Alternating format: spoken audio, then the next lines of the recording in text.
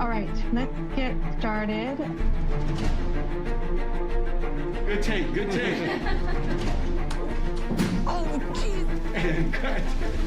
Okay, you guys ready? Yeah. Everybody thinks we make GPUs. NVIDIA is so much more than that. This whole keynote is going to be about that.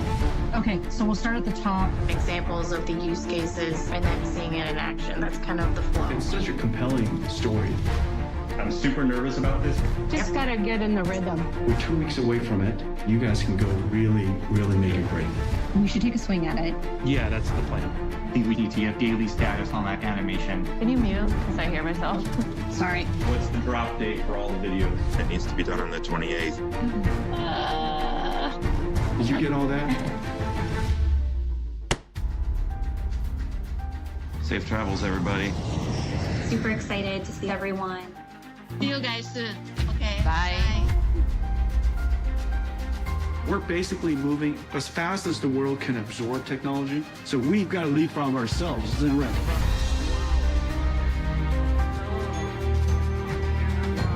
Now the spine, you just have to figure out a way to make it pop. You know what I'm saying? You know what I'm saying? You want to... Yeah, that kind of thing.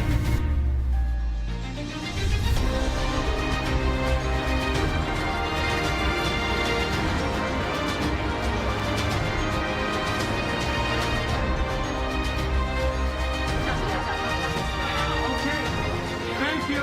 I'm super late. Let's go.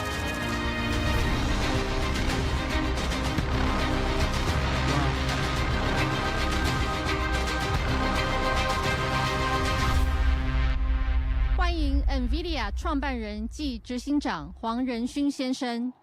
Please welcome to the stage NVIDIA founder and CEO, Jensen Huang.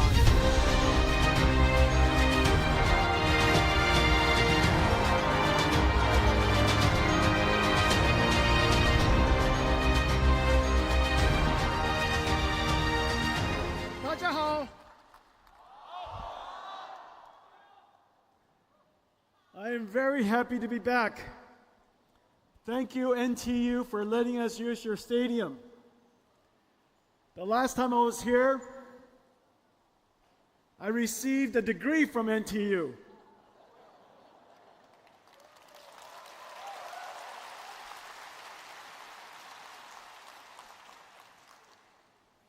And I gave the run, don't walk speech.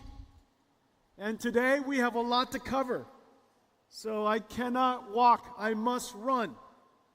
We have a lot to cover. I have many things to tell you. I'm very happy to be here in Taiwan. Taiwan is the home of our treasured partners. This is, in fact, where everything NVIDIA does begins. Our partners and ourselves take it to the world. Taiwan and our partnership has created the world's AI infrastructure. Today, I want to talk to you about several things. One, what is happening and the meaning of the work that we do together? What is generative AI? What is its impact on our industry and on every industry? A blueprint for how we will go forward and engage this incredible opportunity. And what's coming next? Generative AI and its impact, our blueprint, and what comes next. These are really, really exciting times. A restart of our computer industry, an industry that you have forged, an industry that you have created, and now you're prepared for the next major journey. But before we start, NVIDIA lives at the intersection of computer graphics, simulations, and artificial intelligence. This is our soul. Everything that I show you today is simulation. It's math, it's science, it's computer science, it's amazing computer architecture. None of it's animated, and it's all homemade. This is NVIDIA Soul, and we put it all into this virtual world we called Omniverse. Please enjoy.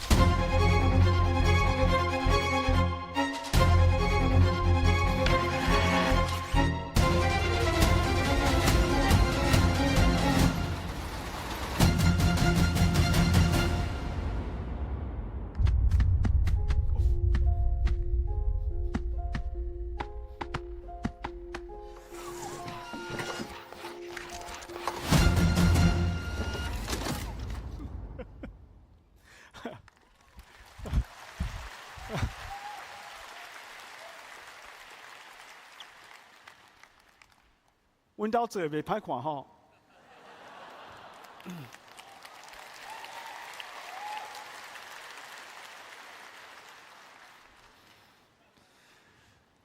I want to speak to you in Chinese, but I have so much to tell you, I have to think too hard to speak Chinese.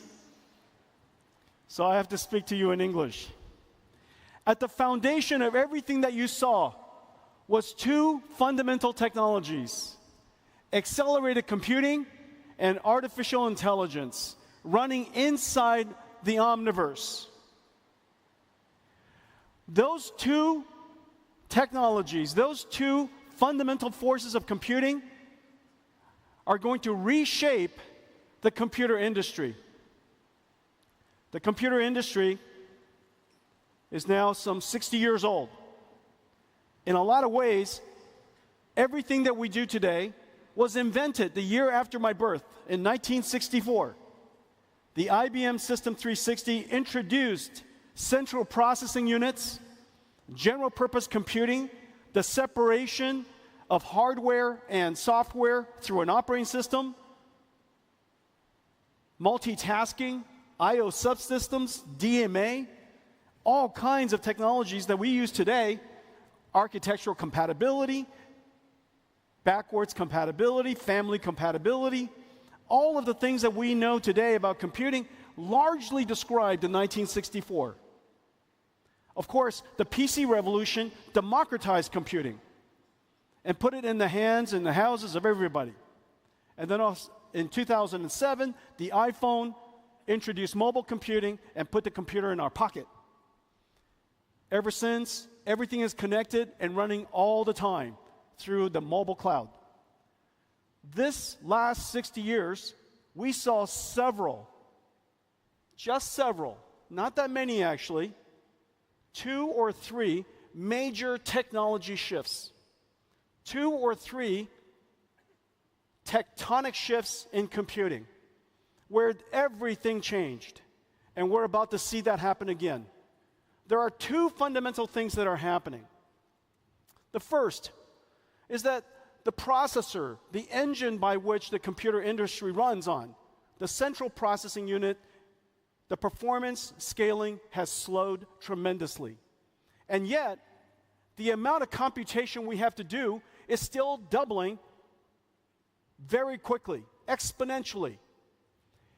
If processing requirement, if the data that we need to process continues to scale exponentially, but performance does not, we will experience computation inflation. And in fact, we're seeing that right now as we speak. The amount of data center power that's used all over the world is growing quite substantially. The cost of computing is growing. We are seeing computation inflation. This, of course, cannot continue. The data is going to continue to increase exponentially, and CPU performance scaling will never return. There is a better way. For almost 2 decades now, we've been working on accelerated computing. CUDA augments a CPU, offloads and accelerates the work that a specialized processor can do much, much better.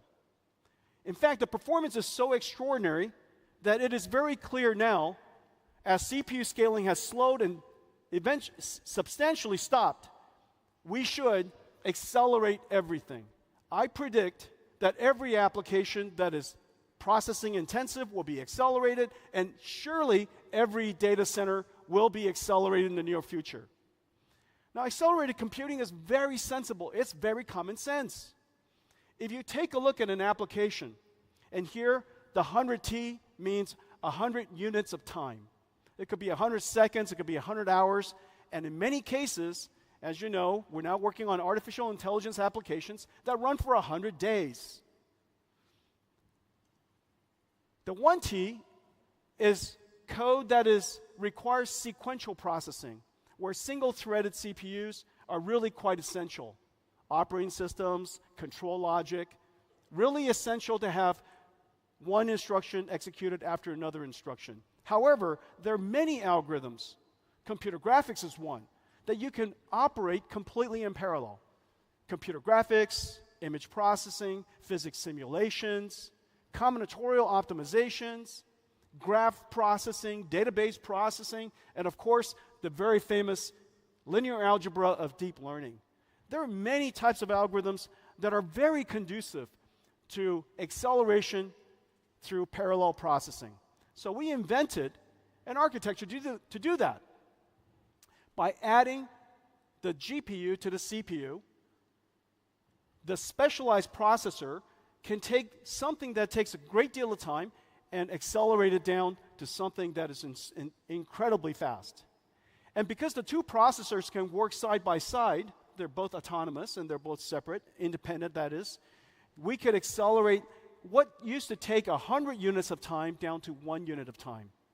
Well, the speed up is incredible. It almost sounds unbelievable. It almost sounds unbelievable. But today I'll demonstrate many examples for you. The benefit is quite extraordinary. 100 times speed up, but you only increase the power by about a factor of 3. And you increase the cost by only about 50%. We do this all the time in the PC industry. We add a GPU, a $500 GPU, GeForce GPU, to a $1,000 PC, and the performance increases tremendously. We do this in a data center. A $1 billion data center, we add $500 million worth of GPUs, and all of a sudden, it becomes an AI factory. This is happening all over the world today. Well, the savings are quite extraordinary. You're getting 60 times performance per dollar.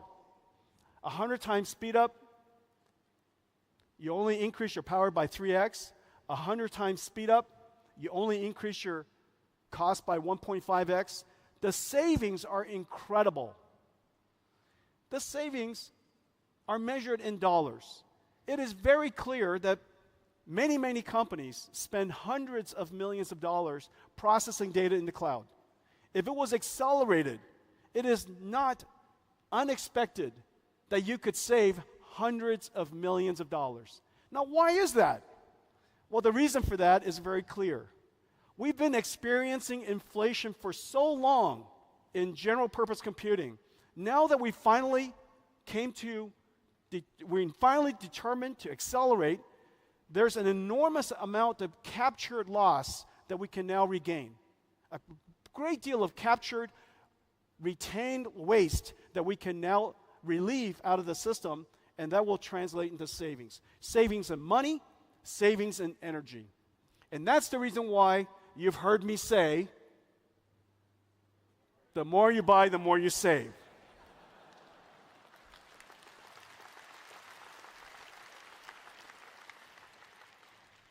And now I've shown you the mathematics.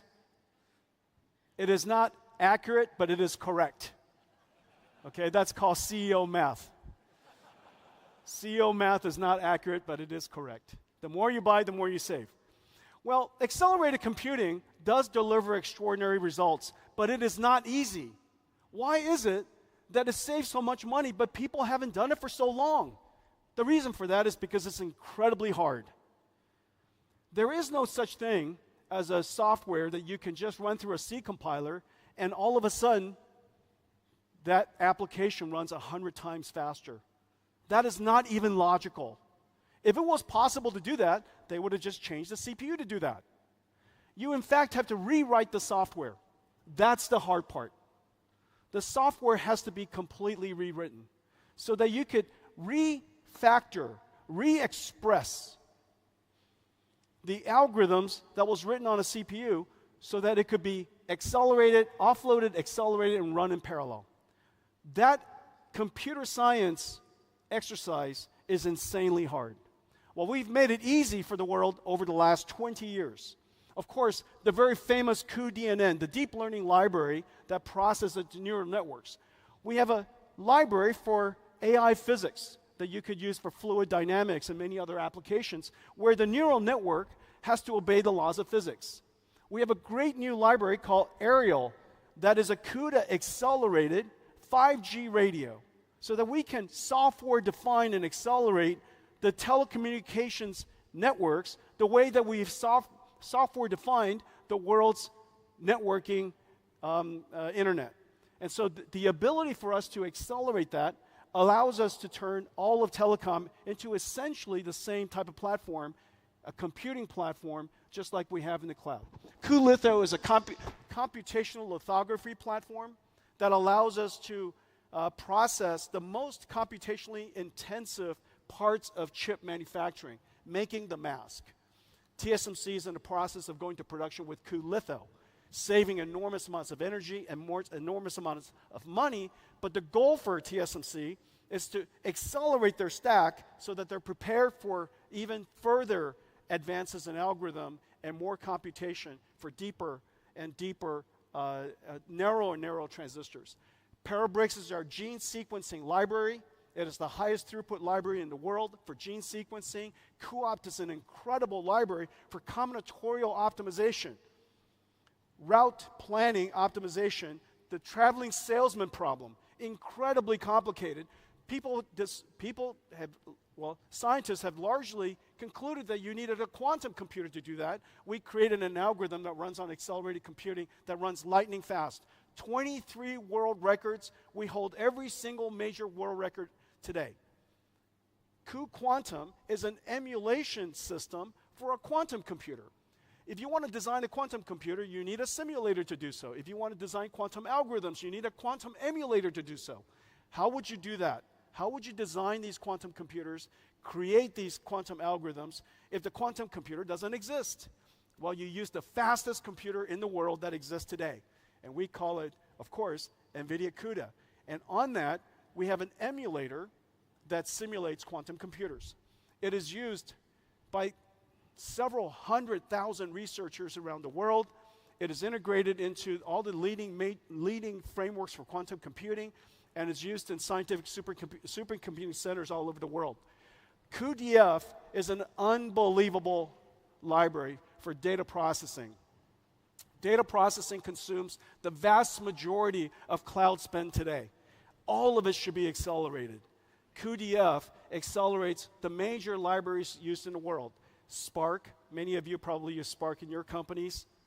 Pandas, a new one called Polar, and of course, NetworkX, which is a graph processing database library. And so these are just some examples. There are so many more. Each one of them had to be created so that we could enable the ecosystem to take advantage of accelerated computing. If we hadn't created cuDNN, CUDA alone wouldn't have been possible for all of the deep learning scientists around the world to use. Because CUDA and the algorithms that are used in TensorFlow and PyTorch, the deep learning algorithms, the separation is too far apart. It's almost like trying to do computer graphics without OpenGL. It's almost like doing data processing without SQL.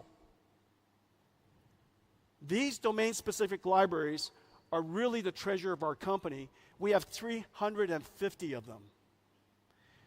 These libraries is what it takes and what has made it possible for us to have such open so many markets. I'll show you some other examples today. Well, just last week, Google announced that they've put cuDF in the cloud and accelerate Pandas. Pandas is the most popular data science library in the world. Many of you in here probably already use Pandas. It's used by 10 million data scientists in the world. Downloaded 170 million times each month. It is the Excel, it is the spreadsheet of data scientists. Well, with just one click, you can now use Pandas in Colab, which is Google's cloud data centers platform, accelerated by cuDF. The speed up is really incredible. Let's take a look.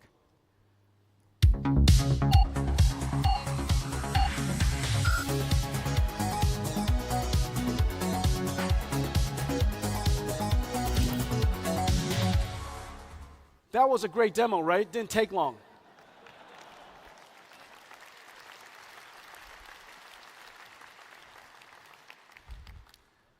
When you accelerate data processing that fast, demos don't take long. Okay, well, CUDA has now achieved what people call a tipping point, but it's even better than that. CUDA has now achieved a virtuous cycle. This rarely happens. If you look at history and all the computing architectures, computing platforms, in the case of microprocessors, CPUs, it has been here for 60 years. It has not been changed for 60 years. At this level, this way of doing computing, accelerated computing, has been around, creating a new platform is extremely hard because it's a chicken and egg problem. If there are no developers that use your platform, then of course there will be no users. But if there are no users, there are no install base. If there are no install base, developers aren't interested in it. Developers want to write software for a large install base. But a large install base requires a lot of applications so that users would create that install base. This chicken or the egg problem has rarely been broken. And it's taken us now 20 years, one domain library after another, one acceleration library another, and now we have 5 million developers around the world. We serve every single industry, from healthcare, financial services, of course the computer industry, automotive industry, just about every major industry in the world, just about every field of science.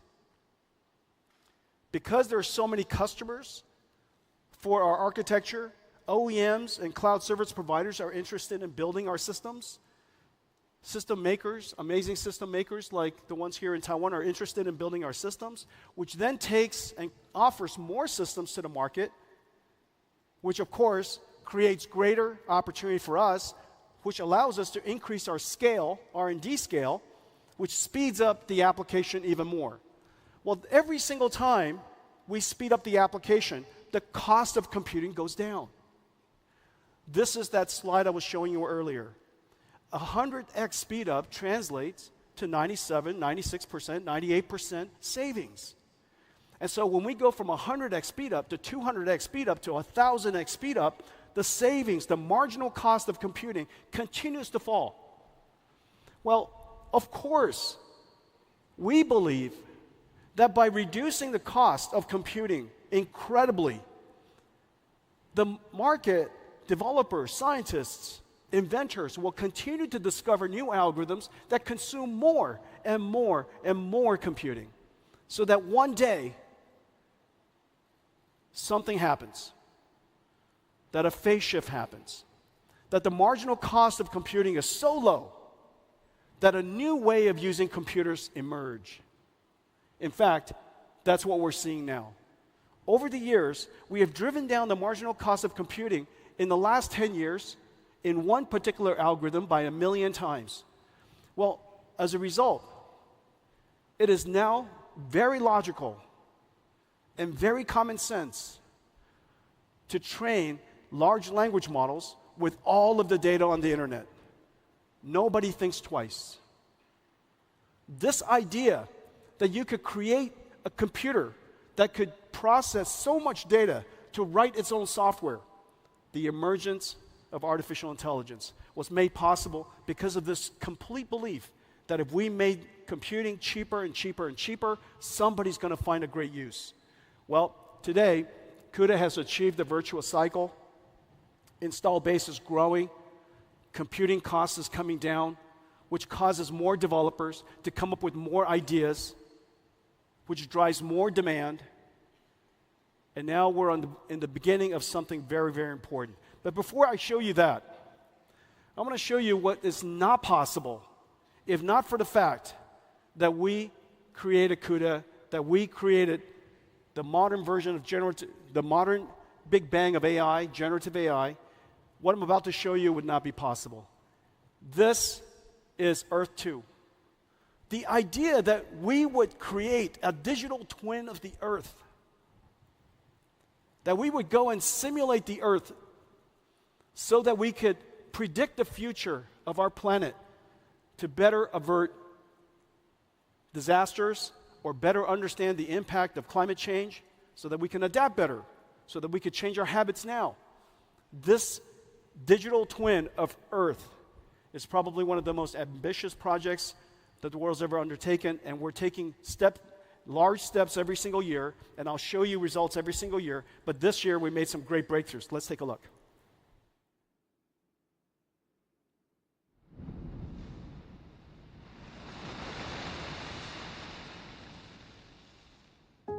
On Monday, the storm will veer north again and approach Taiwan.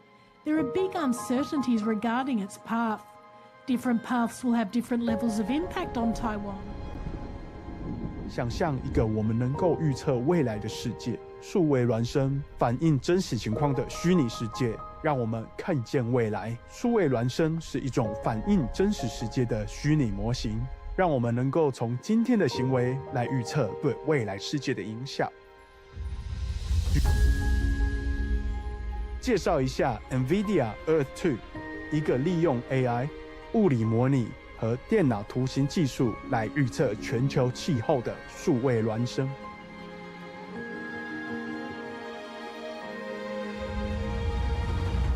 CoreDiff 是 NVIDIA 的生成式 AI 模型，它在 WRF 数值模拟的基础上训练而成，能够以12倍更高的解析度生成天气模式，从25公里提高到2公里，这代表了区域天气预测的一个巨大飞跃。令人惊讶的是 ，CoreDiff AI 比传统的物理模拟方法快1000倍，且能源效率高3000倍。在台湾的中央气象局是用这些模型来更精确地预测台风登陆点，但我们并不止步于此。下一个前沿是超本地预测，能精确到数十米，并考虑到城市基础设施的影响。CoreDiff AI 还在使用像是 Palm 生成的高解析度数据进行训练，一个极高解析度的物理模型，用于模拟大气和海洋边界层。当与天气模拟风场结合一起时，它可以模拟建筑物周围的气流。单极强风汇聚的情况，我们预计能够预测像下冲这样的现象。当强风汇聚到街道层，会有可能造成损坏并影响行人。NVIDIA Earth 2是一个绝佳范例，它融合了人工智慧、物理模拟和观测数据，可以帮助国家和公司预见未来，并应对极端天气的影响。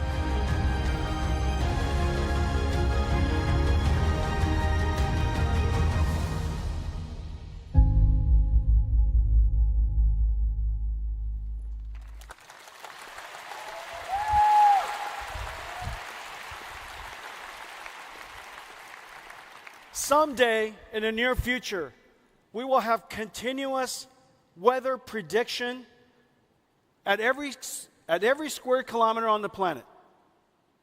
You will always know what the climate's going to be. You will always know. And this will run continuously because we've trained the AI, and the AI requires so little energy. And so this is just an incredible achievement. I hope you enjoyed it. And very importantly, 我的国语讲的标准吗？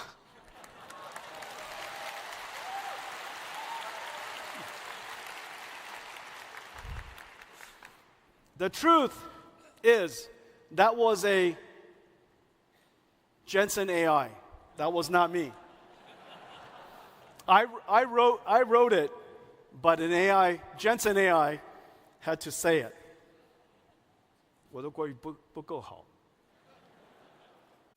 Because of our dedication to continuously improve the performance of drive the cost down, AI researchers discovered CUDA in 2012. That was NVIDIA's first contact with AI. This was a very important day. We had the good wisdom to work with the scientists to make it possible for deep learning to happen. And AlexNet achieved, of course, a tremendous computer vision breakthrough.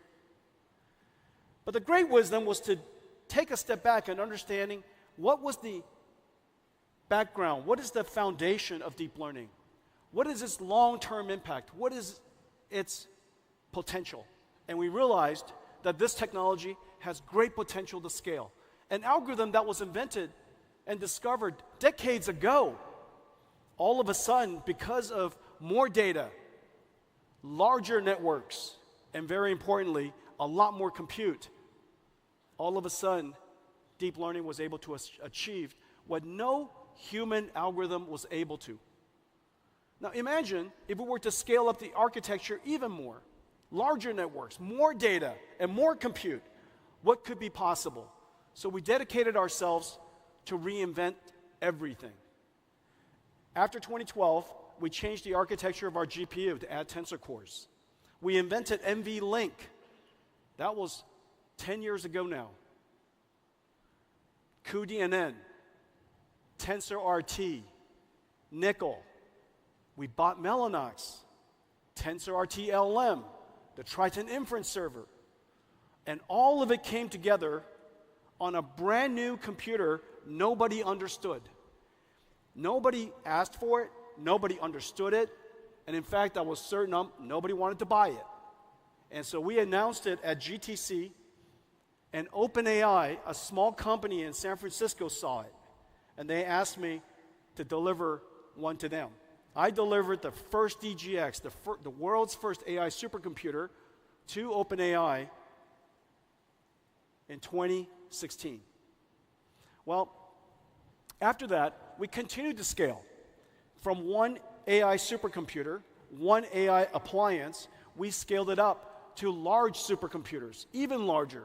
By 2017, the world discovered transformers so that we could train enormous amounts of data and recognize and learn patterns that are sequential over large spans of time.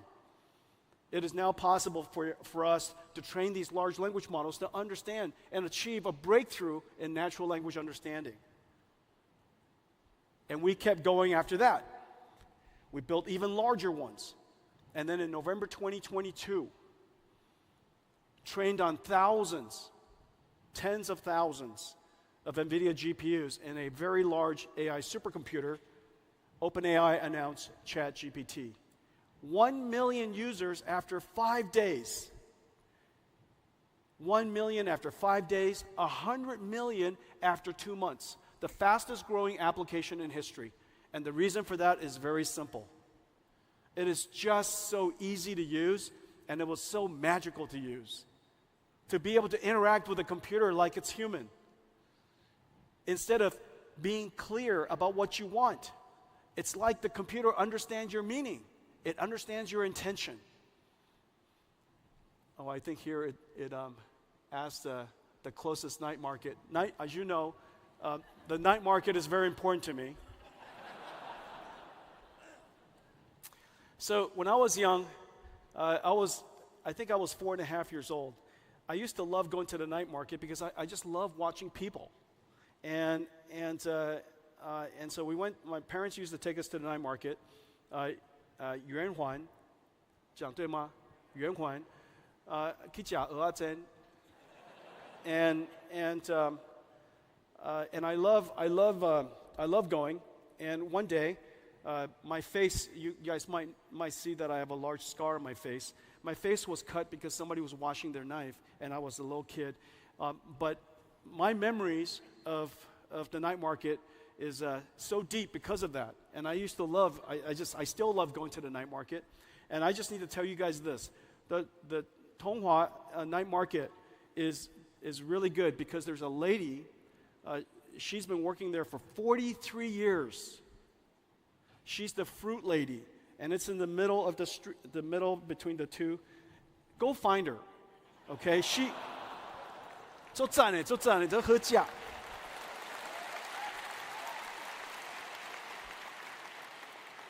She's really terrific. I think it would be funny after this, all of you go to see her. Every year she's doing better and better. Her car test has improved, and I just love watching her succeed.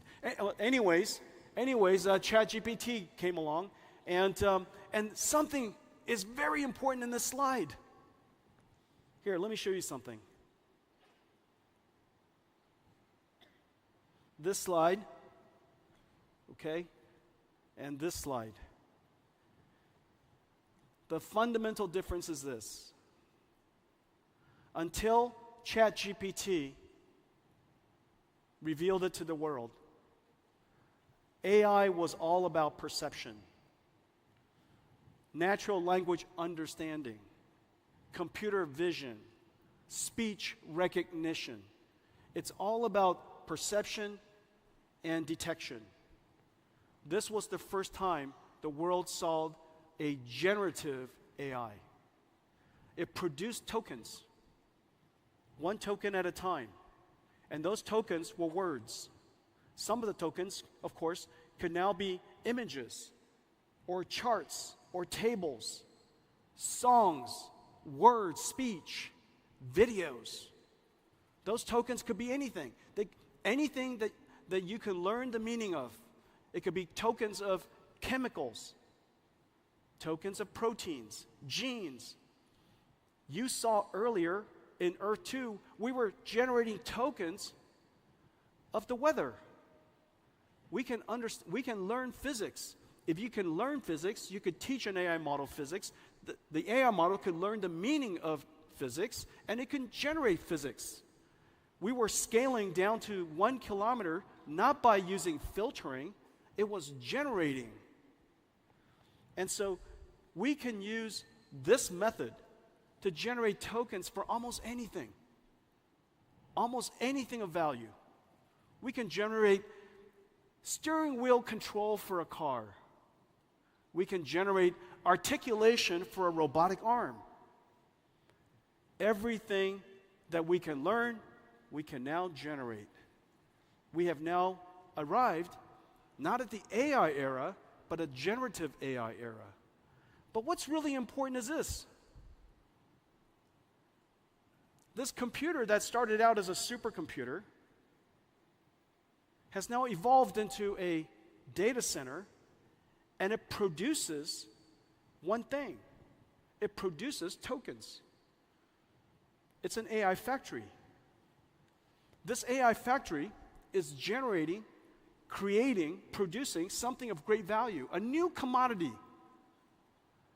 In the late 1890s, Nikola Tesla invented an AC generator. We invented an AI generator. The AC generator generated electrons. NVIDIA's AI generator generates tokens. Both of these things have large market opportunities. It's completely fungible in almost every industry. And that's why it's a new industrial revolution. We have now a new factory producing a new commodity for every industry that is of extraordinary value. And the methodology for doing this is quite scalable. And the methodology of doing this is quite repeatable. Notice how quickly so many different AI models, generative AI models, are being invented, literally daily. Every single industry is now piling on. For the very first time, the IT industry, which is $3 trillion, $3 trillion IT industry, is about to create something that can directly serve $100 trillion of industry. No longer just an instrument for information storage or data processing, but a factory for generating intelligence for every industry. This is going to be a manufacturing industry, not a manufacturing industry of computers, but using the computers in manufacturing.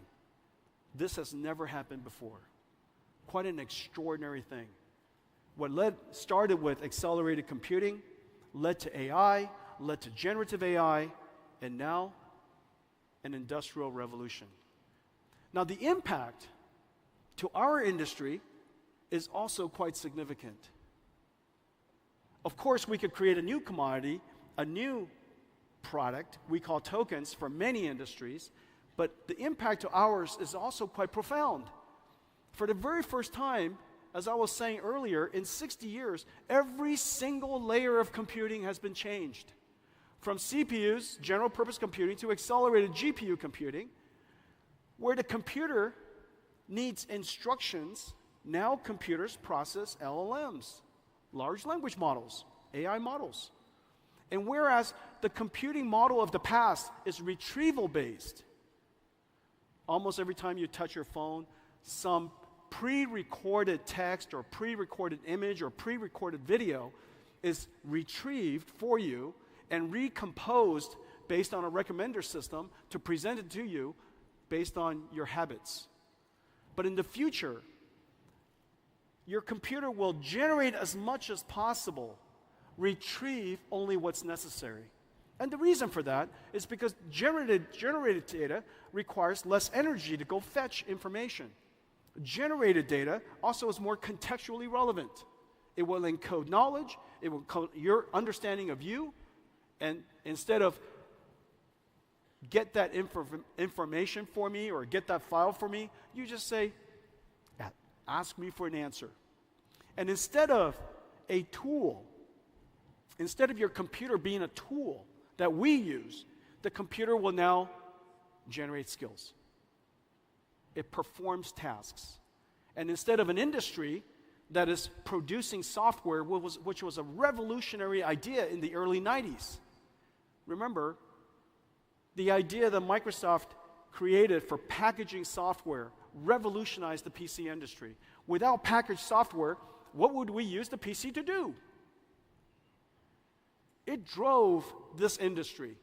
And now we have a new factory, a new computer. And what we will run on top of this is a new type of software. And we call it NIMS, NVIDIA Inference Microservices. Now, what happens is the NIM runs inside this factory. And this NIM is a pre-trained model. It's an AI. Well, this AI is, of course, quite complex in itself. But the computing stack that runs AIs are insanely complex. When you go and use ChatGPT, underneath their stack is a whole bunch of software. Underneath that prompt is a ton of software. And it's incredibly complex because the models are large, billions to trillions of parameters. It doesn't run on just one computer, it runs on multiple computers. It has to distribute the workload across multiple GPUs, tensor parallelism, pipeline parallelism, data parallelism, all kinds of parallelism, expert parallelism, all kinds of parallelism. distributing the workload across multiple GPUs, processing it as fast as possible, because if you are in a factory, if you run a factory, your throughput directly correlates to your revenues. Your throughput directly correlates to quality of service, and your throughput directly correlates to the number of people who can use your service. We are now in a world where data center throughput, utilization is vitally important. It was important in the past, but not vitally important. It was important in the past, but people don't measure it. Today, every parameter is measured. Start time, uptime, utilization, throughput, idle time, you name it. Because it's a factory. When something is a factory, its operations directly correlate to the financial performance of the company. And so we realized that this is incredibly complex for most companies to do. So what we did was we created this AI in a box, and it containers an incredible amount of software. Inside this container is CUDA, cuDNN, TensorRT, Triton for inference services. It is cloud native so that you could auto scale in a Kubernetes environment. It has management services and hooks so that you can monitor your AIs. It has common APIs, standard APIs, so that you could literally chat with this box. You download this NIM and you can talk to it. So long as you have CUDA on your computer, which is now, of course, everywhere. It's in every cloud, available from every computer maker. It is available in hundreds of millions of PCs. When you download this, you have an AI, and you can chat with it like ChatGPT. All of the software is now integrated. 400 dependencies, all integrated into one. We tested this NIM, each one of these pre-trained models, against our entire install base that's in the cloud, all the different versions of Pascal and Amperes and Hoppers and all kinds of different versions. I even forget some. NIMS, incredible invention. This is one of my favorites. And of course, as you know, we now have the ability to create large language models and pre-trained models of all kinds. And we have all of these various versions, whether it's language-based or vision-based or imaging-based, or we have versions that are available for healthcare, digital biology. We have versions that are digital humans that I'll talk to you about. And the way you use this, just come to ai.nvidia.com. And today we just posted up in Hugging Face the Llama 3 NIM, fully optimized. It's available there for you to try. And you can even take it with you. It's available to you for free. And so you could run it in the cloud, run it in any cloud. You could download this container, put it into your own data center, and you could host it, make it available for your customers. We have, as I mentioned, all kinds of different domains. Physics, some of it is for semantic retrieval called RAGs, vision languages, all kinds of different languages. And the way that you use it is connecting these microservices into large applications. One of the most important applications in the coming future, of course, is customer service agents. Customer service agents are necessary in just about every single industry. It represents trillions of dollars of customer service around the world. Nurses are customer service agents in some ways. Some of them are non-prescription or non-diagnostics based nurses are essentially customer service. Customer service for retail, for quick service foods, financial services, insurance, just tens and tens of millions of customer service can now be augmented by language models and augmented by AI. And so these boxes that you see are basically NIMs. Some of the NIMs are reasoning agents. Given a task, figure out what the mission is, break it down into a plan. Some of the NIMs retrieve information. Some of the NIMs might go and do search. Some of the NIMs might use a tool like cuOpt that I was talking about earlier. It could use a tool that could be running on SAP. And so it has to learn a particular language called ABAP. Maybe some NIMs have to do SQL queries. And so all of these NIMs are experts that are now assembled as a team. So what's happening? The application layer has been changed. What used to be applications written with instructions are now applications that are assembling teams of AIs. Very few people know how to write programs. Almost everybody knows how to break down a problem and assemble teams. Every company, I believe, in the future will have a large collection of NIMs, and you would bring down the experts that you want. You connect them into a team, and you don't even have to figure out exactly how to connect them. You just give the mission to an agent, to a NIM, to figure out who to break the tasks down and who to give it to. And that central, the leader of the application, if you will, the leader of the team, would break down the task and give it to the various team members. The team members would perform their task, bring it back to the team leader. The team leader would reason about that and present an information back to you. Just like humans. This is in our near future. This is the way applications are going to look.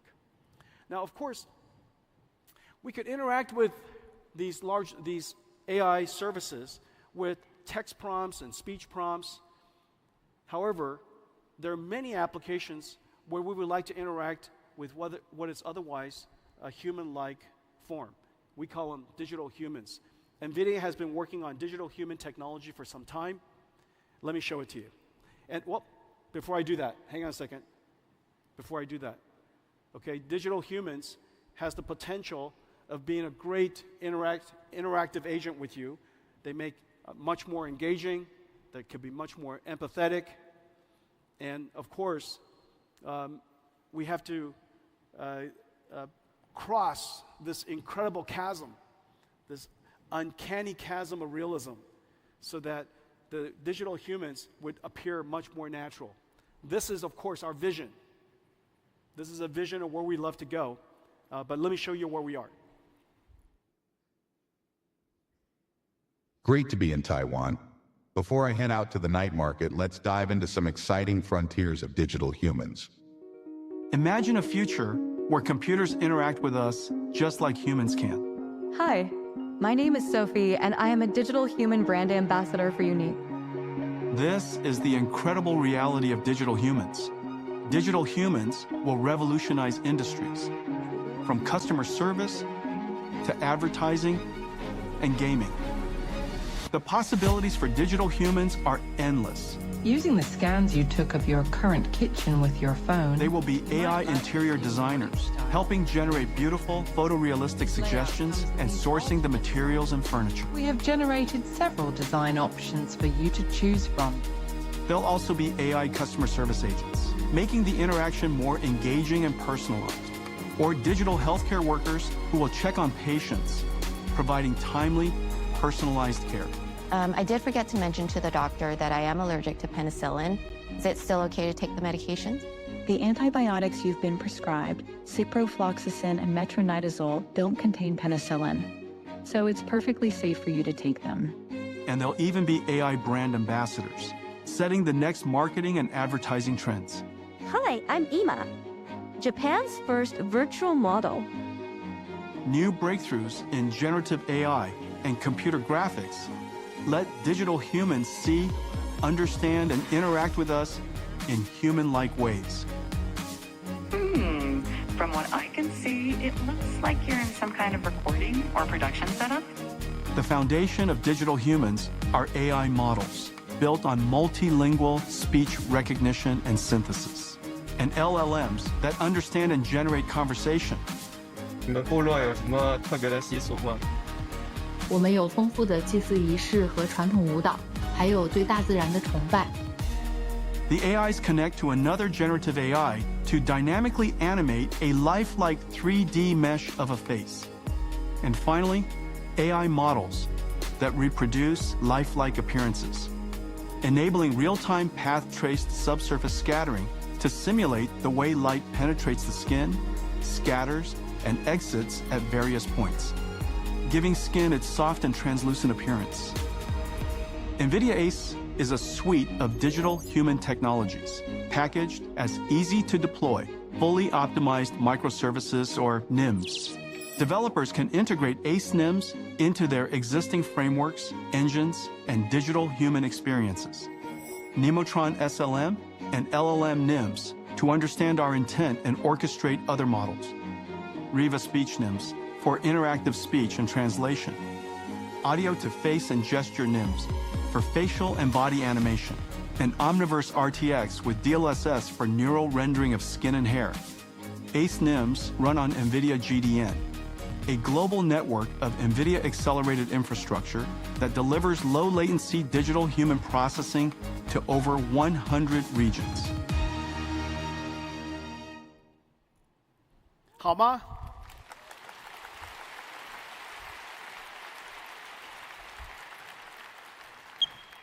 Pretty incredible. Well, those ACE runs in the cloud, but it also runs on PCs.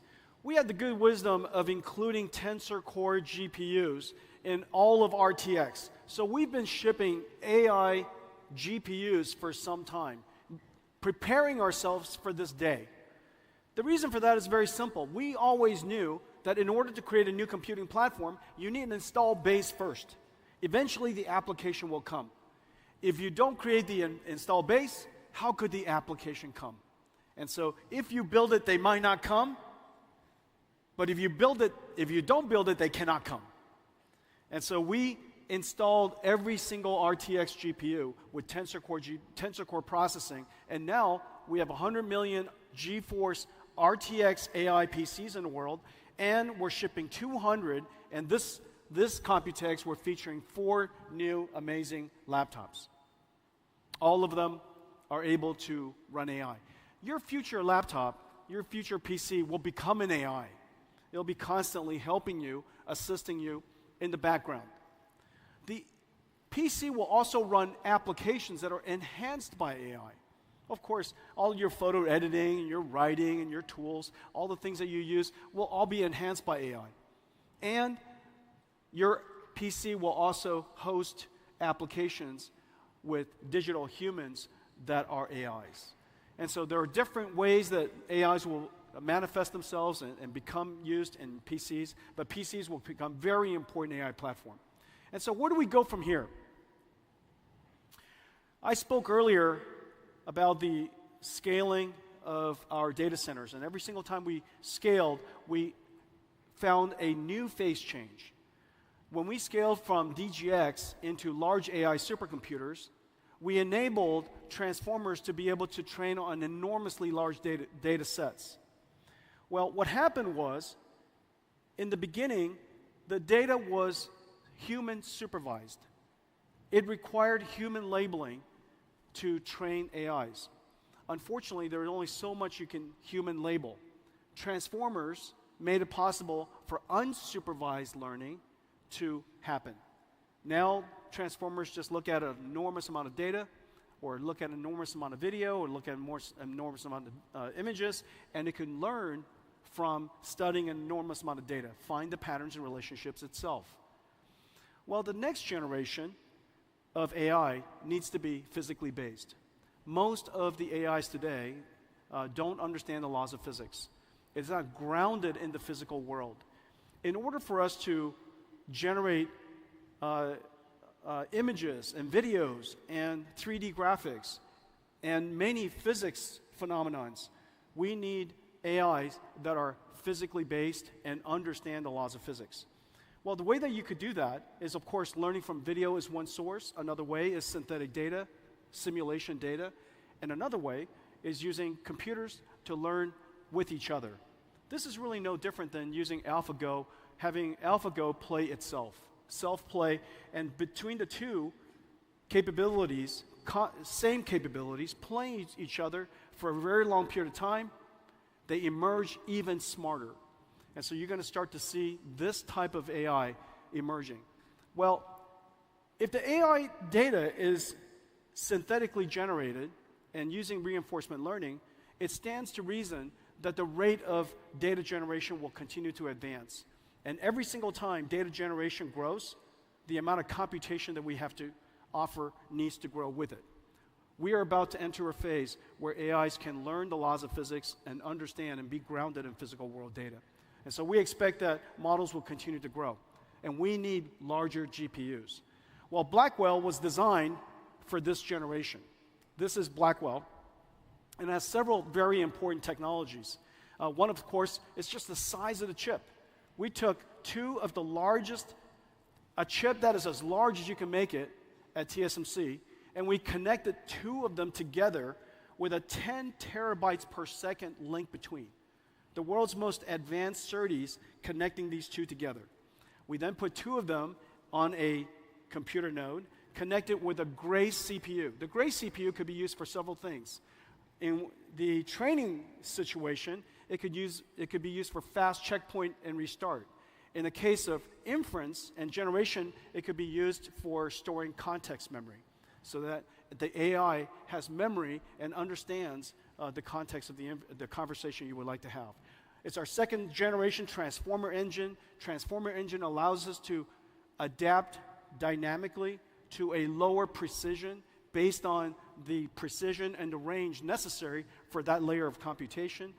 This is our second generation GPU that has secure AI, so that you could ask your service providers to protect your AI from being either stolen, from theft, or tampering. This is our fifth generation NVLink. NVLink allows us to connect multiple GPUs together, and I'll show you more of that in a second. And this is also our first generation with a reliability and availability engine.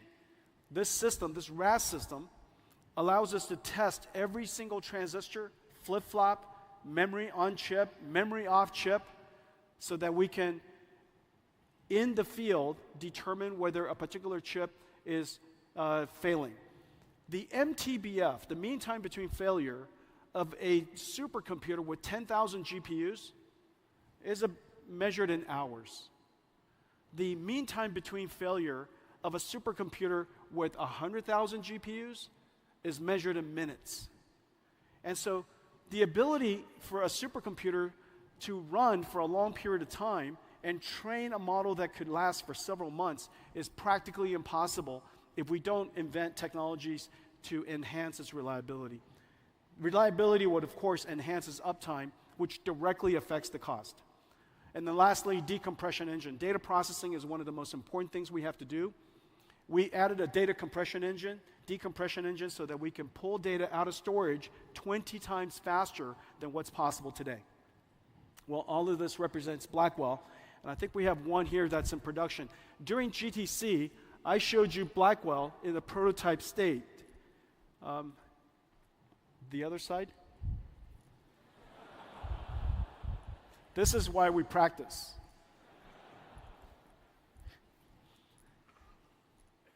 In 美国就是这样子的。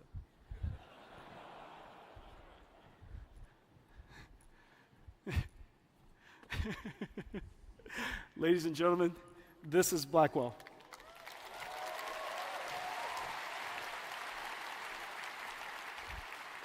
Blackwell is in production.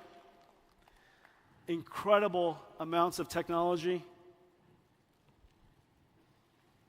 This is our production board. This is the most complex, highest performance computer the world's ever made.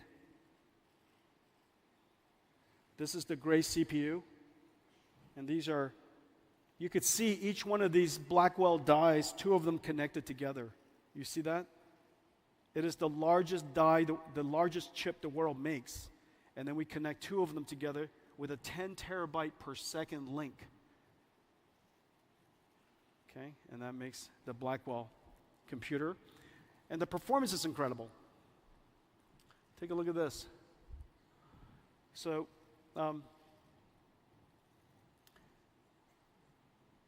you see our the computational, the flops, the AI flops for each generation has increased by 1,000 times in 8 years. Moore's law in 8 years is something along the lines of, oh, I don't know, maybe 40, 60. And in the last 8 years, Moore's Law has gone a lot less. And so just to compare, even Moore's Law at its best of times compared to what Blackwell could do. So the amount of computations is incredible. And whenever we bring the computation high, the thing that happens is the cost goes down. And I'll show you.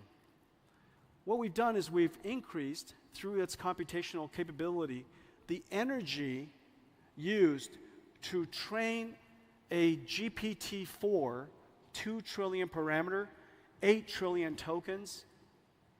The amount of energy that is used has gone down by 350 times. Well, Pascal would have taken 1,000 gigawatt hours. 1,000 gigawatt hours means that it would take a gigawatt data center. The world doesn't have a gigawatt data center, but if you had a gigawatt data center, it would take a month. If you had a 100 megawatt data center, it would take about a year. And so nobody would, of course,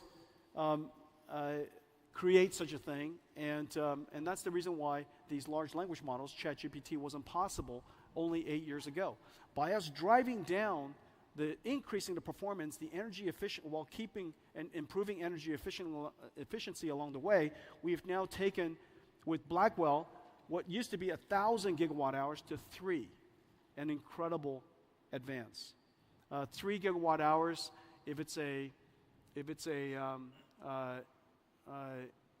10,000 GPUs, for example, it would only take 10,000 GPUs, I guess it would take a few days, 10 days or so. So the amount of advance in just 8 years is incredible. Well, this is for inference. This is for token generation. Our token generation performance has made it possible for us to drive the energy down by 45,000 times. 17,000 joules per token, that was Pascal. 17,000 joules is kind of like 2 light bulbs running for 2 days. It would take 2 light bulbs running for 2 days amounts of energy, 200 watts running for 2 days, to generate 1 token of GPT-4. It takes about 3 tokens to generate 1 word. And so the amount of energy used necessary for Pascal to generate GPT-4 and have a ChatGPT experience with you was practically impossible. But now we only use 0.4 joules per token, and we can generate tokens at incredible rates and very little energy. Okay, so Blackwell is just an enormous leap. Well, even so, it's not big enough. And so we have to build even larger machines. And so the way that we build it is called DGX. So this is our Blackwell chips, and it goes into DGX systems.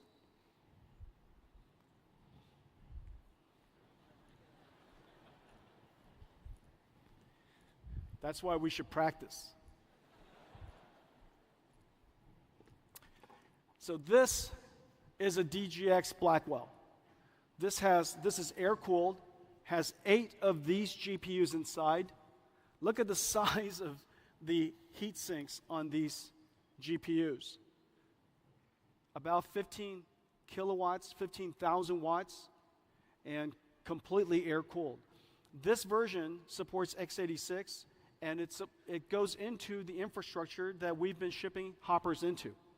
However, if you would like to have liquid cooling, we have a new system, and this new system is based on this board, and we call it MGX for modular.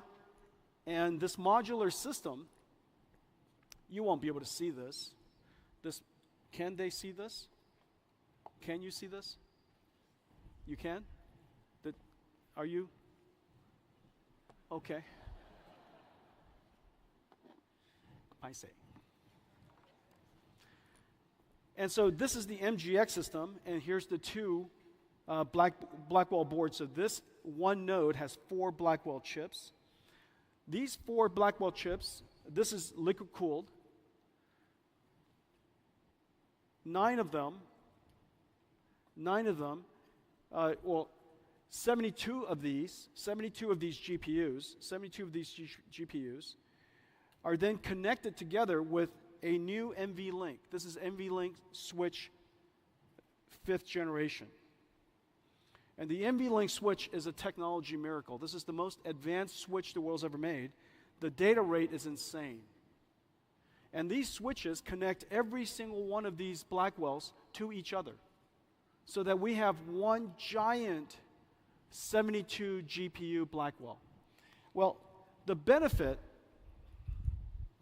of this is that in one domain, one GPU domain, this now looks like one GPU.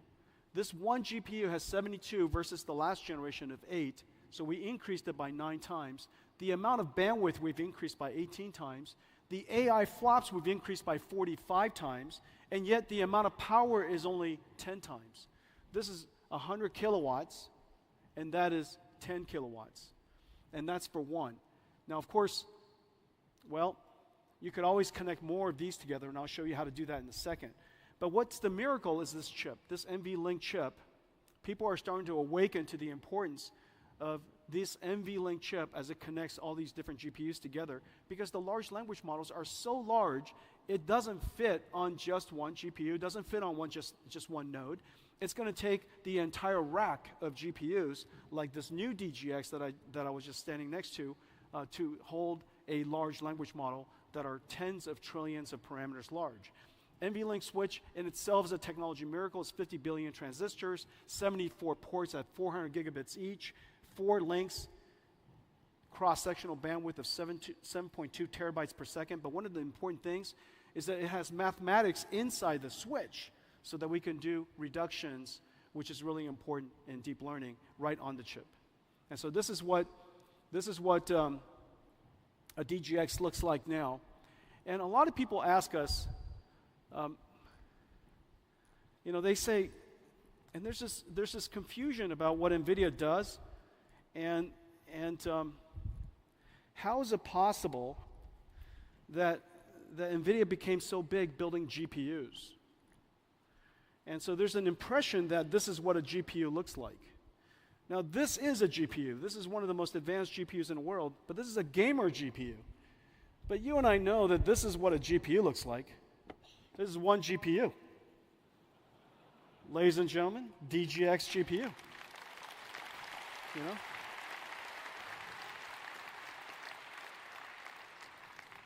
The back of this GPU is the NVLink spine. The NVLink spine is 5,000 wires, 2 miles. And it's right here. This is an NVLink spine. And it connects 72 GPUs to each other. This is an electrical, mechanical miracle. The transceivers makes it possible for us to drive the entire length in copper.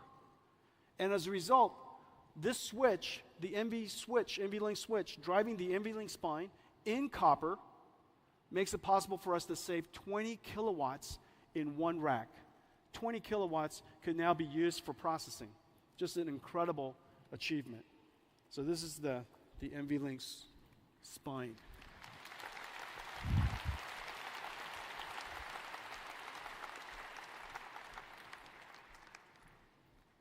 Wow.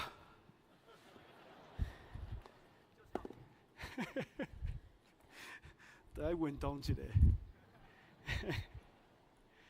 And even this is not big enough. Even this is not big enough for AI factories, so we have to connect it all together with very high-speed networking. Well, we have 2 types of networking. We have InfiniBand, which has been used in supercomputing and AI factories all over the world. And it is growing incredibly fast for us. However, not every data center can handle InfiniBand because they've already invested their ecosystem in Ethernet for too long. And it does take some specialty and some expertise to manage InfiniBand switches and InfiniBand networks. And so what we've done is we've brought the capabilities of InfiniBand to the Ethernet architecture, which is incredibly hard. And the reason for that is this. Ethernet was designed for high average throughput. Because every single node, every single computer is connected to a different person on the internet, and most of the communications is the data center with somebody on the other side of the internet. However, deep learning and AI factories, the GPUs are not communicating with people on the internet mostly, it's communicating with each other. They're communicating with each other because they're collecting partial products, and they have to reduce it and then redistribute it. Chunks of partial products, reduction, redistribution. That traffic is incredibly bursty. And it is not the average throughput that matters, it's the last arrival that matters. Because if you're reducing, collecting partial products from everybody, if I'm trying to take all of your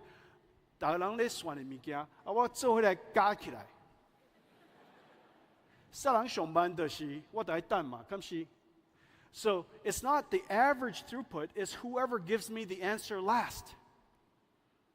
Okay? Ethernet has no provision for that. And so there are several things that we had to create. We created an end-to-end architecture so that the NIC and the switch can communicate. And we applied 4 different technologies to make this possible. Number 1, NVIDIA has the world's most advanced RDMA. And so now we have the ability to have a network-level RDMA for Ethernet that is incredibly great. Number 2, we have congestion control. The switch does telemetry at all times incredibly fast, and whenever the GPUs or the NICs are sending too much information, we can tell them to back off so that it doesn't create hotspots. Number 3, adaptive routing. Ethernet needs to transmit and receive in order. We see congestions, or we see ports that are not currently being used. Irrespective of the ordering, we will send it to the available ports, and Bluefield on the other end reorders it so that it comes back in order. That adaptive routing, incredibly powerful. And then lastly, noise isolation.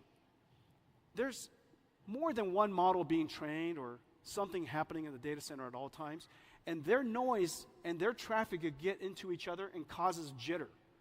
And so when the noise of one model training causes the last arrival to end up too late, it really slows down the training.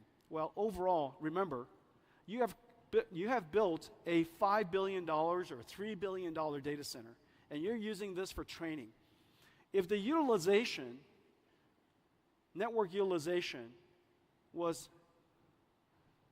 40% lower, and as a result, the training time was 20% longer, the $5 billion data center is effectively like a $6 billion data center. So the cost is incredible. The cost impact is quite high. Ethernet with Spectrum-X basically allows us to improve the performance so much that the network is basically free. And so this is really quite an achievement. We have a whole pipeline of Ethernet products behind us. This is Spectrum X800. It is 51.2 terabits per second and 256 radix. The next one coming is 512 radix, is 1 year from now. 512 radix, and that's called Spectrum X800 Ultra. And the one after that is X1600. But the important idea is this. X800 is designed for tens of thousands of GPUs. X800 Ultra is designed for hundreds of thousands of GPUs. And X1600 is designed for millions of GPUs. The days of millions of GPU data centers are coming. And the reason for that is very simple. Of course, we want to train much larger models, but very importantly, in the future, almost every interaction you have with the internet or with a computer will likely have a generative AI running in the cloud somewhere. And that generative AI is working with you, interacting with you, generating videos or images or text or maybe a digital human. And so you're interacting with your computer almost all the time, and there's always a generative AI connected to that. Some of it is on-prem, some of it is on your device, and a lot of it could be in the cloud. These generative AIs will also do a lot of reasoning capability. Instead of just one-shot answers, they might iterate on answers so that it improves the quality of the answer before they give it to you. And so the amount of generation we're going to do in the future is going to be extraordinary. Let's take a look at all of this put together. Now tonight, this is our first nighttime keynote. I want to thank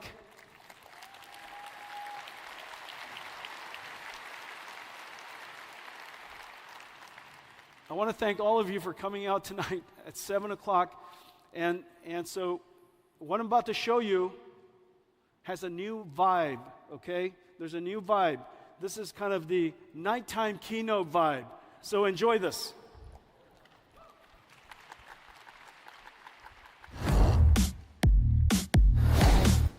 Blackwell.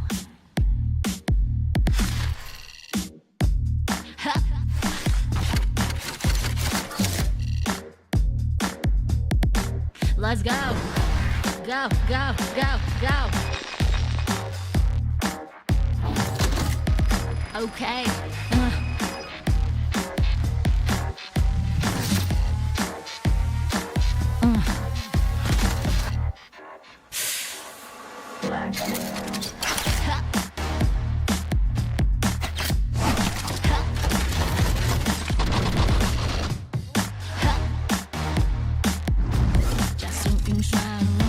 人工智慧，科学创新，前所未有。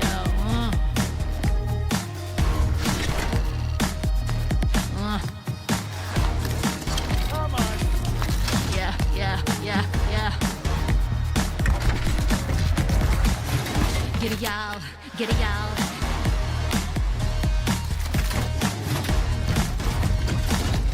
Let's go.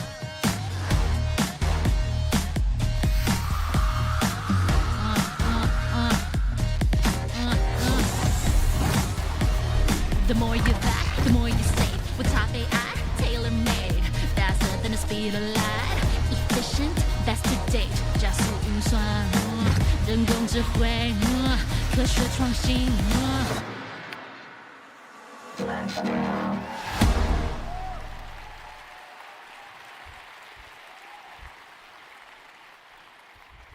Now you can't do that on a morning keynote.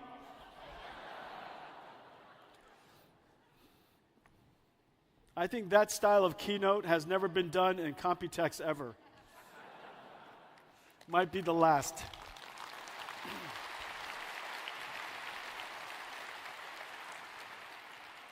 Only NVIDIA can pull off that. Only I can do that.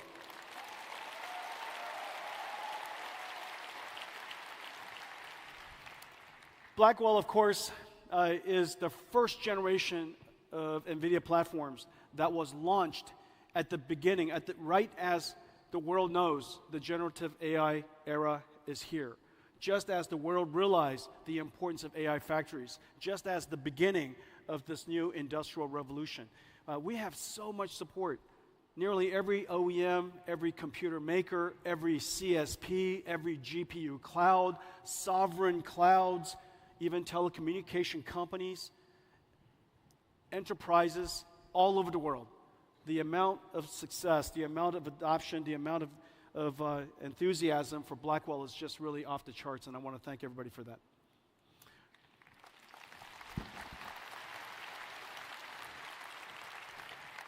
We're not stopping there. During the time of this incredible growth, we want to make sure that we continue to enhance performance, continue to drive down cost of training, cost of inference, and continue to scale out AI capabilities for every company to embrace.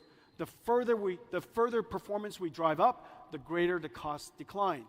Hopper platform, of course, was the most successful data center processor probably in history. And this is just an incredible, incredible success story. However, Blackwell is here, and every single platform, as you'll notice, are several things. You've got the CPU, you have the GPU, you have NVLink, you have the NIC, and you have the switch. The NVLink switch connects all of the GPUs together as large of a domain as we can, and whatever we can do, we connect it with large, very large and very high-speed switches. Every single generation, as you'll see, is not just a GPU, but it's an entire platform. We build the entire platform. We integrate the entire platform into an AI factory supercomputer.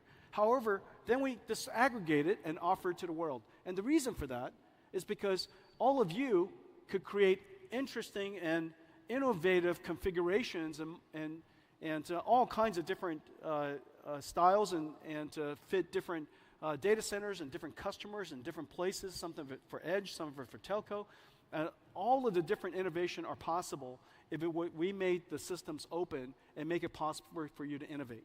And so we design it integrated, but we offer it to you disintegrated so that you could create modular systems. The Blackwell platform is here. Our company is on a 1-year rhythm.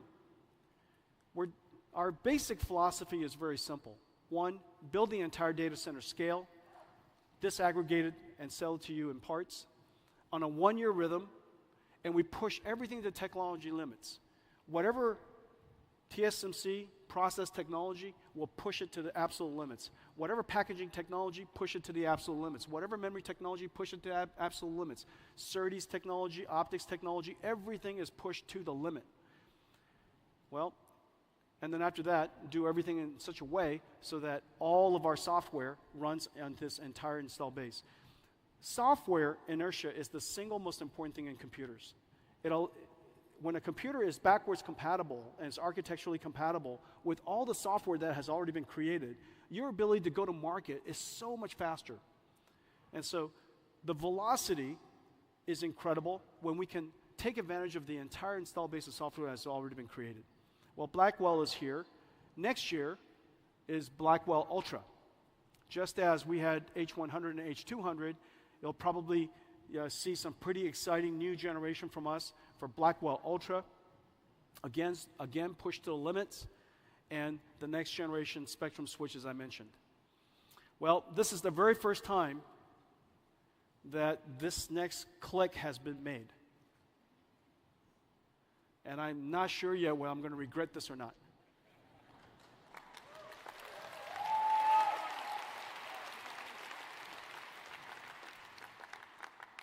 We have code names in our company, and we try to keep them very secret. Oftentimes, most of the employees don't even know. But our next generation platform is called Rubin. The Rubin platform, I'm not going to spend much time on it. I know what's going to happen. You're going to take pictures of it, and you're going to go look at the fine prints, and feel free to do that. So we have the Rubin platform, and 1 year later, we have the Rubin Ultra platform. All of these chips that I'm showing you here are all in full development, 100% of them. And the rhythm is 1 year at the limits of technology, all 100% architecturally compatible. So this is basically what NVIDIA is building, and all of the richness of software on top of it. So in a lot of ways, the last 12 years, from that moment of ImageNet and us realizing that the future of computing was going to radically change to today, is really exactly as I was holding up earlier, GeForce pre-2012 and NVIDIA today. The company has really transformed tremendously, and I want to thank all of our partners here for supporting us every step along the way. This is the NVIDIA Blackwell platform.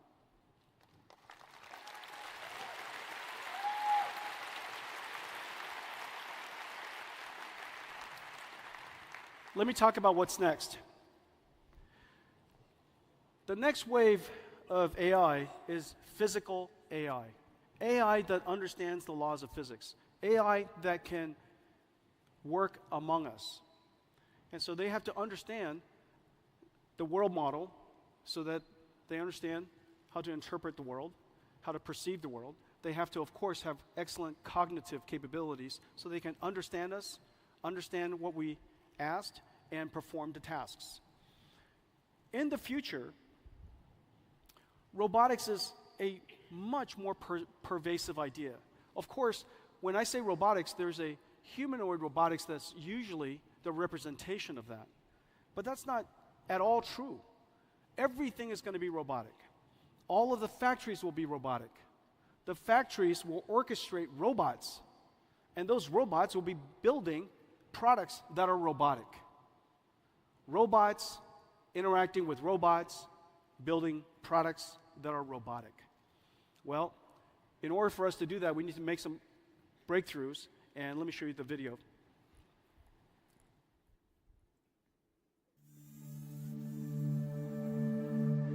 The era of robotics has arrived. One day, everything that moves will be autonomous. Researchers and companies around the world are developing robots powered by physical AI. Physical AIs are models that can understand instructions and autonomously perform complex tasks in the real world. Multimodal LLMs are breakthroughs that enable robots to learn, perceive, and understand the world around them and plan how they'll act. And from human demonstrations, robots can now learn the skills required to interact with the world using gross and fine motor skills. One of the integral technologies for advancing robotics is reinforcement learning. Just as LLMs need RLHF, or reinforcement learning from human feedback, to learn particular skills, generative physical AI can learn skills using reinforcement learning from physics feedback in a simulated world. These simulation environments are where robots learn to make decisions by performing actions in a virtual world that obeys the laws of physics. In these robot gyms, a robot can learn to perform complex and dynamic tasks safely and quickly, refining their skills through millions of acts of trial and error. We built NVIDIA Omniverse as the operating system where physical AIs can be created. Omniverse is a development platform for virtual world simulation, combining real-time, physically based rendering, physics simulation, and generative AI technologies. In Omniverse, robots can learn how to be robots. They learn how to autonomously manipulate objects with precision, such as grasping and handling objects, or navigate environments autonomously, finding optimal paths while avoiding obstacles and hazards. Learning in Omniverse minimizes the sim-to-real gap and maximizes the transfer of learned behavior. Building robots with generative physical AI requires 3 computers: NVIDIA AI supercomputers to train the models, NVIDIA Jetson Orin and next-generation Jetson Thor robotic supercomputer to run the models, and NVIDIA Omniverse, where robots can learn and refine their skills in simulated worlds.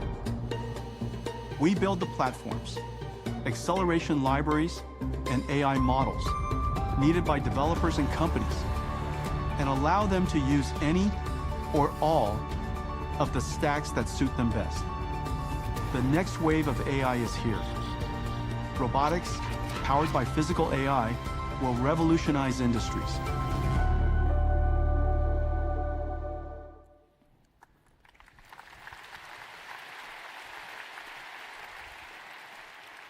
This isn't the future, this is happening now. There are several ways that we're going to serve the market. The first, we're going to create platforms for each type of robotic systems. One for robotic factories and warehouses, one for robots that manipulate things, one for robots that move, and one for robots that are humanoid. And so each one of these robotics platform is like almost everything else we do: a computer, acceleration libraries, and pre-trained models. Computers, acceleration libraries, pre-trained models. And we test everything, we train everything, and integrate everything inside Omniverse, where Omniverse is, as the video was saying, where robots learn how to be robots. Now, of course, the ecosystem of robotic warehouses is really, really complex. It takes a lot of companies, a lot of tools, a lot of technology to build a modern warehouse. And warehouses are increasingly robotic. One of these days will be fully robotic. And so in each one of these ecosystems, we have SDKs and APIs that are connected into the software industry, SDKs and APIs connected into edge AI industry and companies, and then also, of course, systems that are designed for PLCs and robotic systems for the ODMs. It's then integrated by integrators created for ultimately building warehouses for customers. Here we have an example of Kenmac building a robotic warehouse for Giant Group.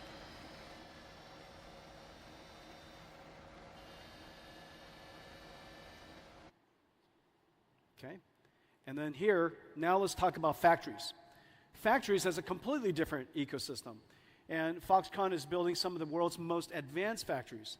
Their ecosystem, again, edge computers and robotics, software for designing the factories, the workflows, programming the robots, and of course, PLC computers that orchestrate the digital factories and the AI factories. We have SDKs that are connected into each one of these ecosystems as well. This is happening all over Taiwan. Foxconn is building digital twins of their factories. Delta is building digital twins of their factories. By the way, half is real, half is digital, half is Omniverse. Pegatron is building digital twins of their robotic factories. Wistron is building digital twins of their robotic factories. And this is really cool. This is a video of Foxconn's new factory. Let's take a look. Demand for NVIDIA accelerated computing is skyrocketing as the world modernizes traditional data centers into generative AI factories. Foxconn, the world's largest electronics manufacturer, is gearing up to meet this demand by building robotic factories with NVIDIA Omniverse and AI. Factory planners use Omniverse to integrate facility and equipment data from leading industry applications like Siemens Teamcenter X and Autodesk Revit. In the digital twin, they optimize floor layout and line configurations and locate optimal camera placements to monitor future operations with NVIDIA Metropolis-powered Vision AI. Virtual integration saves planners on the enormous cost of physical change orders. During construction, the Foxconn teams use the digital twin as the source of truth to communicate and validate accurate equipment layout. The Omniverse digital twin is also the robot gym, where Foxconn developers train and test NVIDIA Isaac AI applications for robotic perception and manipulation, and Metropolis AI applications for sensor fusion. In Omniverse, Foxconn simulates 2 robot AIs before deploying runtimes to Jetson computers. On the assembly line, they simulate Isaac manipulator libraries and AI models for automated optical inspection for object identification, defect detection, and trajectory planning. To transfer HGX systems to the test pods, they simulate Isaac Perceptor-powered Ferrobot AMRs as they perceive and move about their environment with 3D mapping and reconstruction. With Omniverse, Foxconn builds their robotic factories that orchestrate robots running on NVIDIA Isaac to build NVIDIA AI supercomputers, which in turn train Foxconn's robots.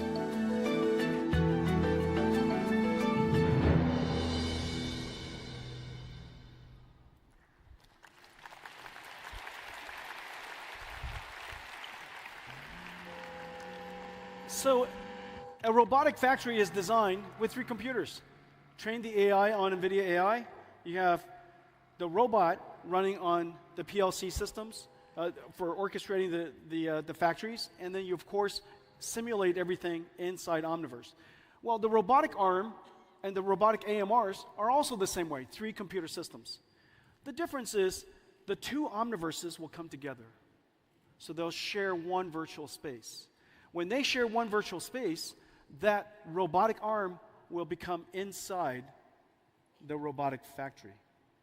And again, three computers, and we provide the computer, the acceleration layers, and pre-trained AI models.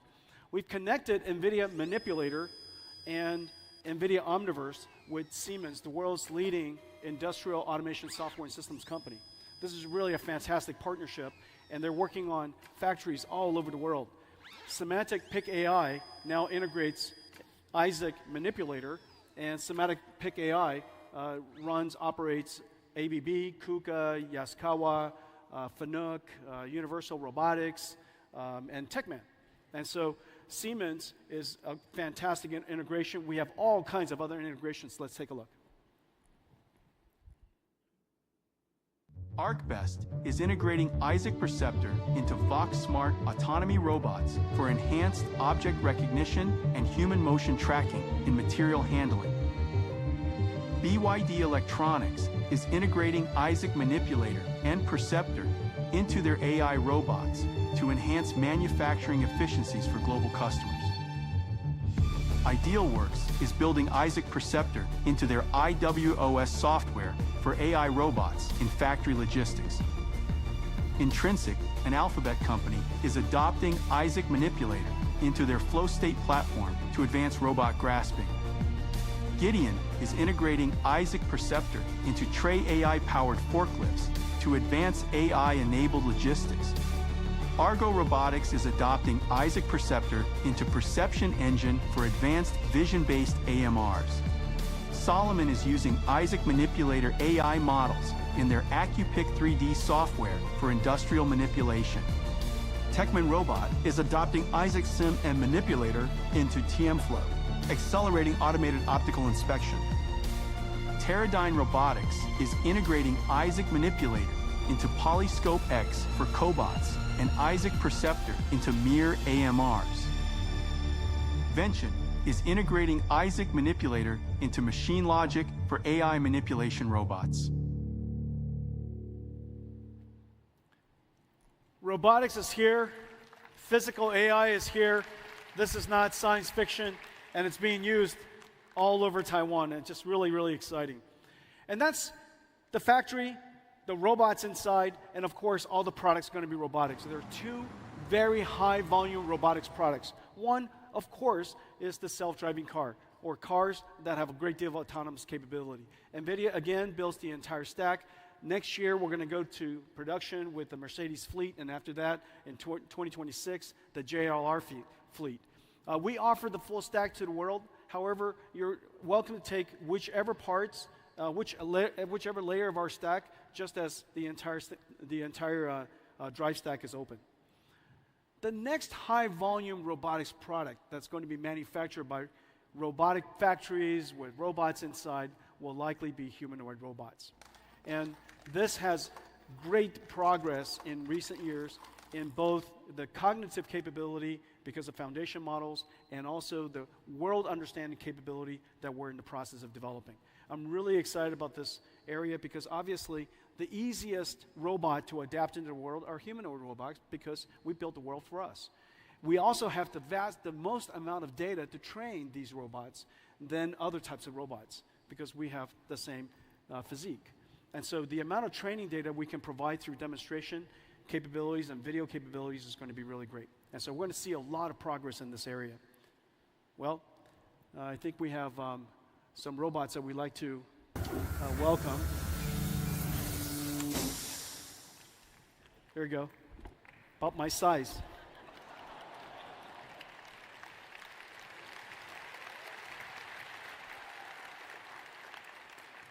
And we have some friends to join us.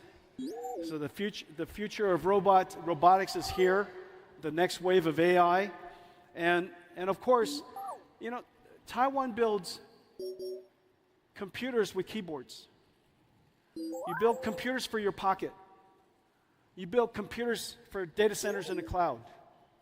In the future, you're going to build computers that walk and computers that roll, you know, around. And so these are all just computers. And as it turns out, the technology is very similar to the technology of building all of the other computers that you already built today. So this is going to be a really extraordinary journey for us. Well, I want to thank.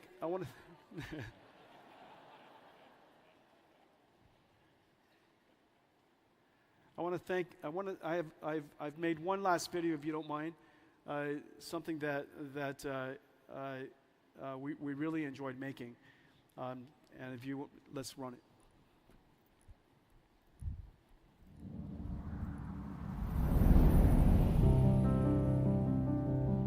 台湾帮助我们实现了一个愿景，在这条漫长的路上，无数的伙伴支持着我们，从加速运算、电脑绘图、科学研究到人工智慧的高峰，每一个晶片，每一台电脑，都描写着你们辛勤工作和追求完美的故事。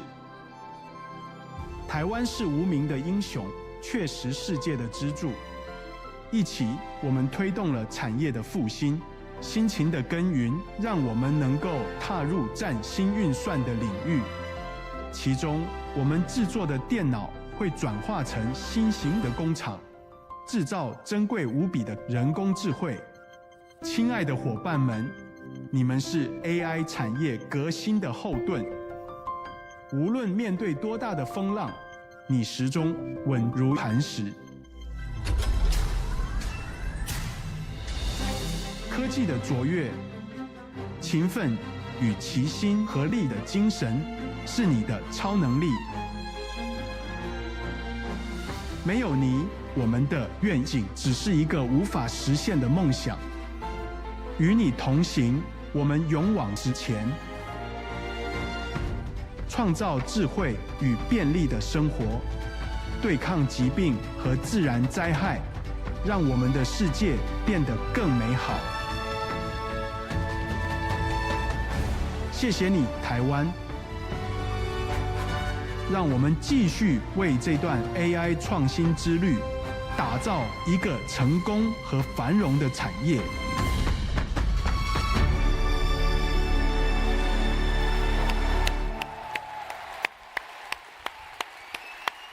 大家谢谢 ，Thank you. I love you guys. Thank you. 大家谢谢。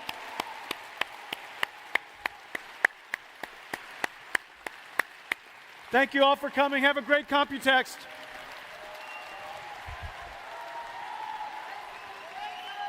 Thank you.